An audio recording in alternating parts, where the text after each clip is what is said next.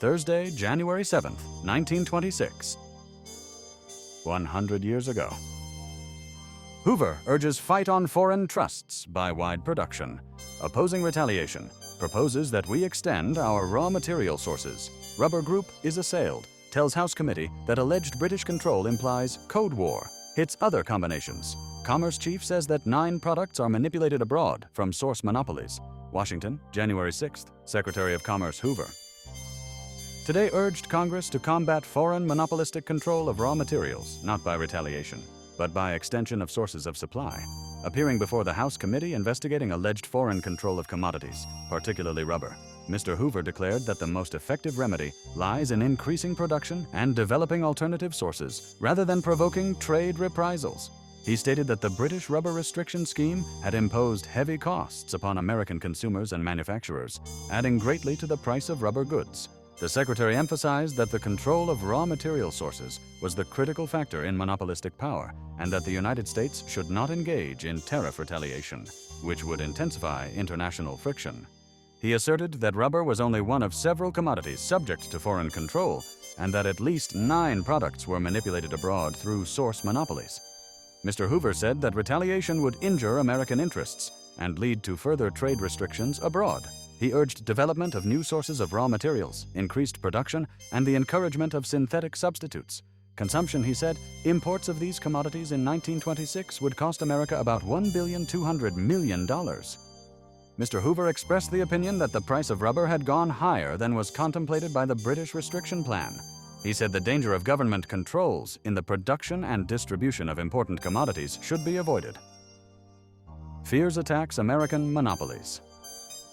While Secretary Hoover was testifying before the House Committee, Dr. Julius Klein, Director of the Bureau of Foreign and Domestic Commerce, and Edward T. Pickard, Chief of the Textile Division, also appeared. Mr. Hoover suggested as concrete remedies greater economy in the uses of various products, extension of the sources of supply, and in certain fields, synthetic chemistry. He insisted that it had been demonstrated that American interests against the foreign combines without some assistance from the United States government. He said that investigation necessary to determine what might be done to safeguard American trade interests both for the present and future. He disapproved of proposals that had been made that the United States attempt to effect reductions in the prices of foreign raw materials by expressing the fear that such procedure might lead to further friction. Suggests 3 remedial steps. Mr. Hoover suggested as concrete remedies at present, he said, because he argued they would open up fields of action free from trade reprisals. Speaking of rubber, he suggested that the Philippine and the Dutch East Indies could be made larger producers and that conditions in Colombia and Panama were favorable to the growth of rubber. Urged greater sources, but the free resources of supply, which would more surely and quickly supply such simple securing unobstructed supplies of raw materials for ourselves, he said, were extension of sources and extension of domestic control over other commodities. He warned against control over other commodities and with a most appalling vision of future world relations. Mr. Hoover quoted a representative of the American Natural Rubber Association as stating that rubber could be profitably laid down in New York at 36 cents a pound. He said that rubber now cost from 70 to 80 cents a pound. American producers would be ready to cooperate with American buyers in the establishment of such production. Calls controls chief fault continuing.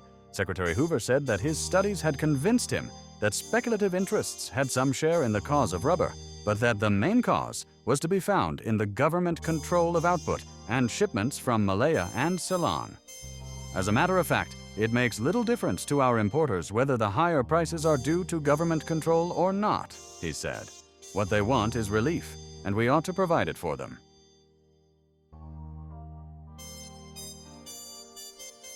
World Court wins first Senate test by vote of 84 to 16. Foes led by Reed of Missouri for a plebiscite triumph is decisively beaten. Adhesion is now certain. Supporters expect it will have 90 votes, mixed majority.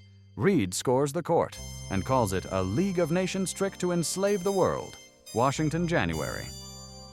6. The Senate today voted overwhelmingly for adherence of the United States to the World Court, decisively defeating an amendment by Senator Reed of Missouri calling for a national plebiscite.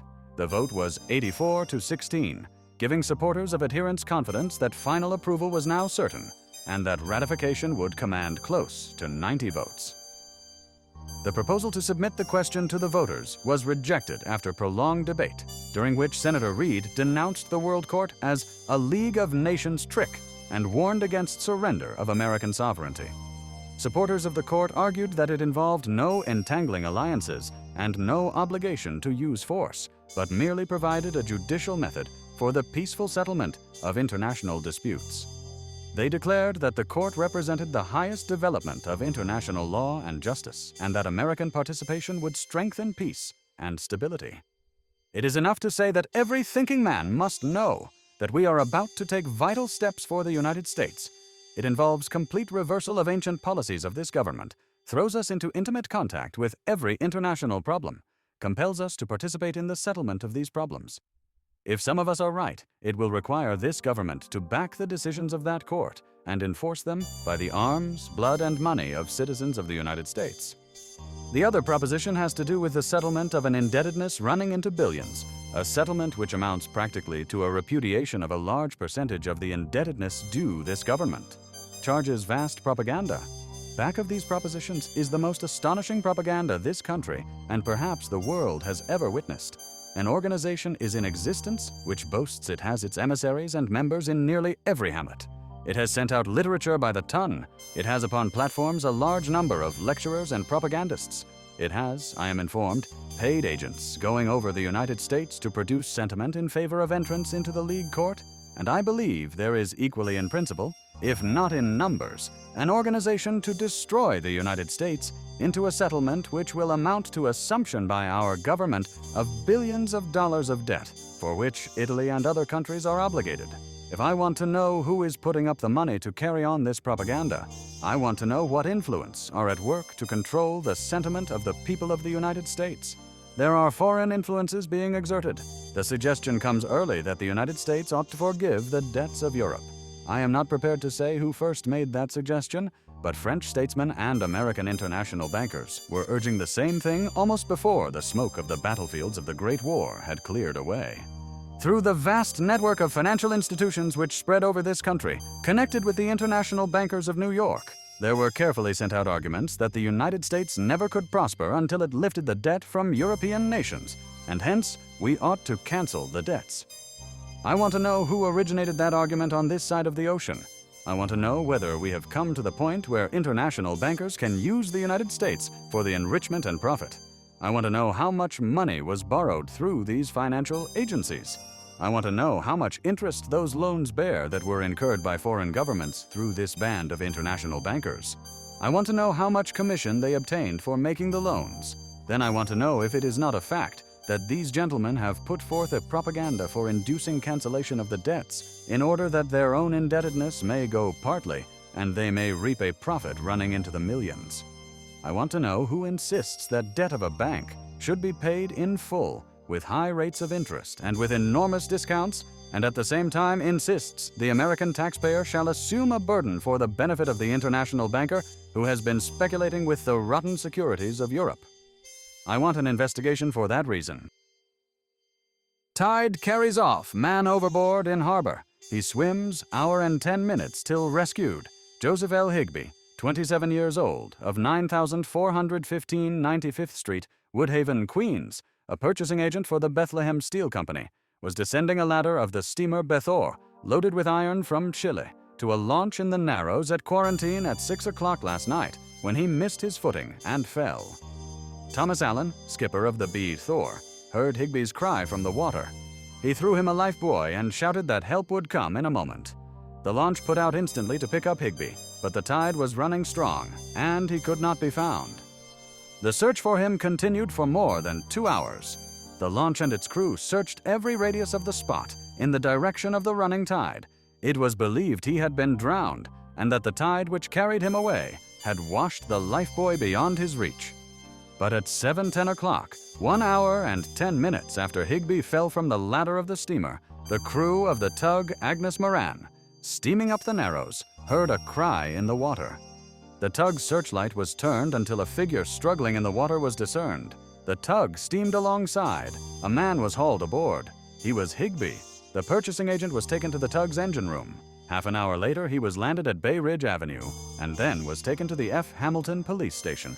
Dr. Matthews of Norwegian Hospital was summoned, but by the time the doctor arrived, Higby's clothes had dried, and although he was pale, he was smiling. The doctor examined him carefully. "You're pretty healthy," he said. "There's nothing wrong with you." Higby went home alone, and a little later word was got to the launch, which was hunting from the Bethor, to stop searching. Higby was home, it was said, eating a dinner for which his appetite had been whetted by 1 hour and 10 minutes of exercise in the cold water of the Narrows.